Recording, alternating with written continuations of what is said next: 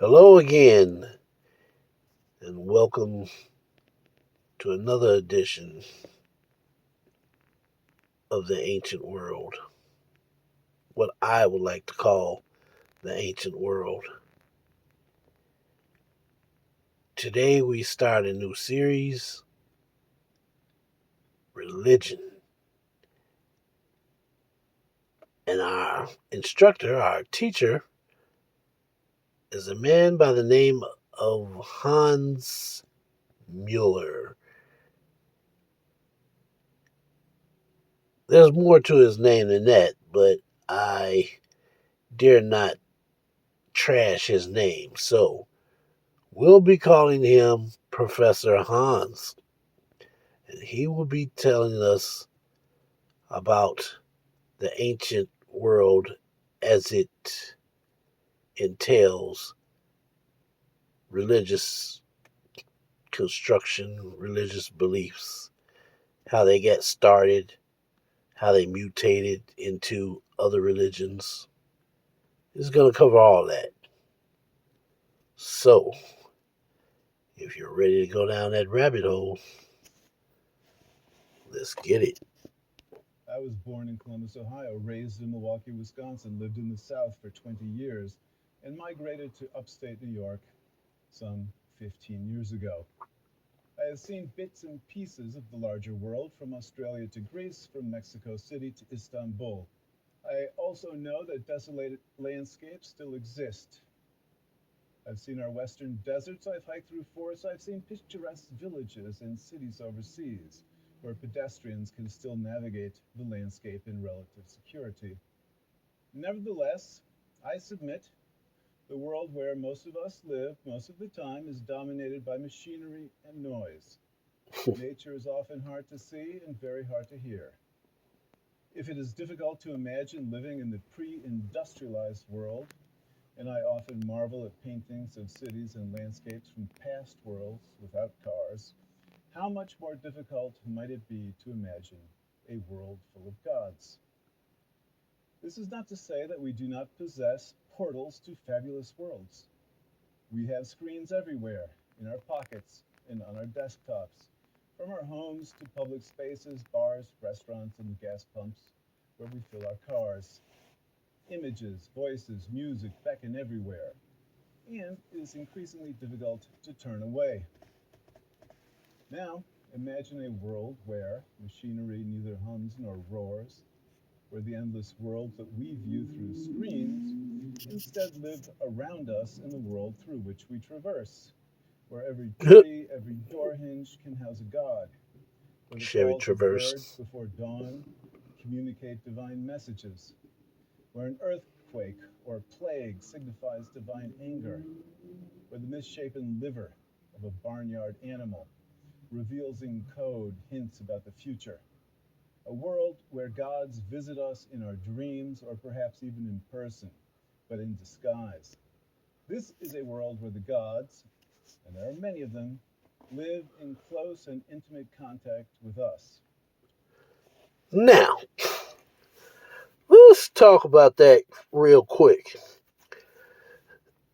He talks about the different gods because in different religions, everybody has a different name for their god entity.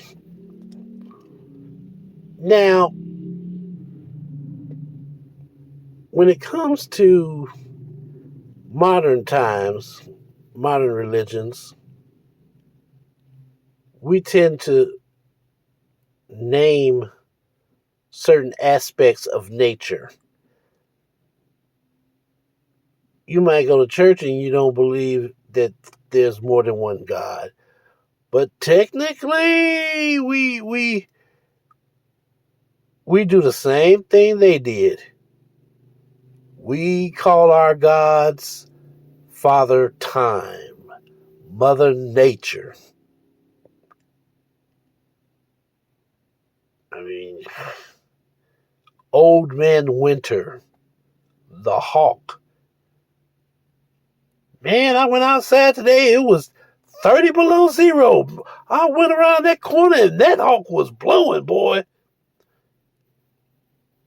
We do similar things, if not the same thing, that they did in the ancient world. But we try to lie to ourselves and tell ourselves, no, we're more sophisticated. We're more educated than they were. And I was a little surprised at how he explained the term pagan.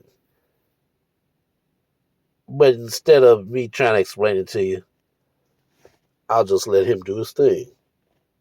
World where the whole face of nature can convey messages from gods whose presence is felt in the powers that they manifest, in lightning bolts or fire, for example, or the shades of the dead who can speak to us in dreams. This world is not our world, but the ancient pagan world, which we are about to enter and explore. But first, a word about the word pagan. Pagan is a derogative term invented by Christians to disparage polytheistic adversaries. Pagan derives from the Latin word pagus, or countryside. A paganos, or feminine pagana, was someone who lived in a rural district, not in the city where Christianity first flourished. For an urban Christian to call a non-Christian pagan was the equivalent of calling someone a rustic, a yokel, peasant, hillbilly, rube. It was never meant as a compliment. Heathen, which derives from heath or uncultivated land in the countryside, shows similar prejudice. At least idolator, or worshipper of images, is descriptive. What then, you ask, my dear students, should we call these people if we don't wish to hurl insults across the millennia at practitioners of long vanquished religious traditions?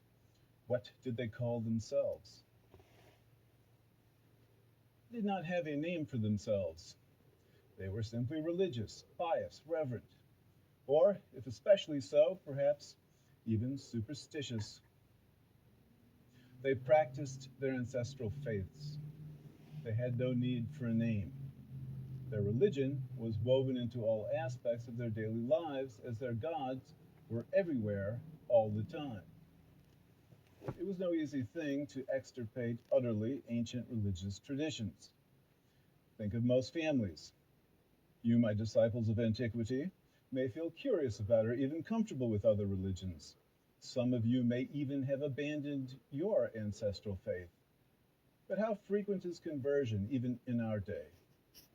Conversion tends to elicit strong resistance from family members. Personally, I was raised as a Lutheran. When my Roman Catholic fiancée and I announced our engagement, family members on both sides objected. Some threatened boycotts. Outsiders, on the other hand, would have had trouble distinguishing between Lutheranism and Catholicism.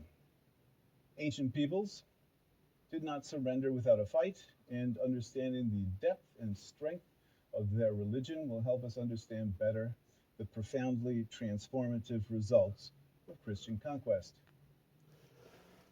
Ah, yes, the Christians. So, today we've learned that pagan, the term pagan, came about because of the Christians. If you weren't sophisticated enough, it's almost like classism, you know. You can come into the restaurant, but you have to sit over there with the yokels. You have to sit over there with the pagans because you're not sophisticated enough. Our God is better than your God. You can have your God, but he's not as sophisticated as our God. Like, really? This what we're doing? No. Really? Okay. So, yeah, my understanding is that pagan is just a slang term for a unsophisticated person when it comes to religious beliefs. So Christians thought they were better than other religions, and they called people's religions pagan. Simple as that. Well, I like to keep these videos short, not too long. Every now and again, I'll probably do a longer video. But for now, let's take it in tidbits, marinate on that, and I'll talk to you later.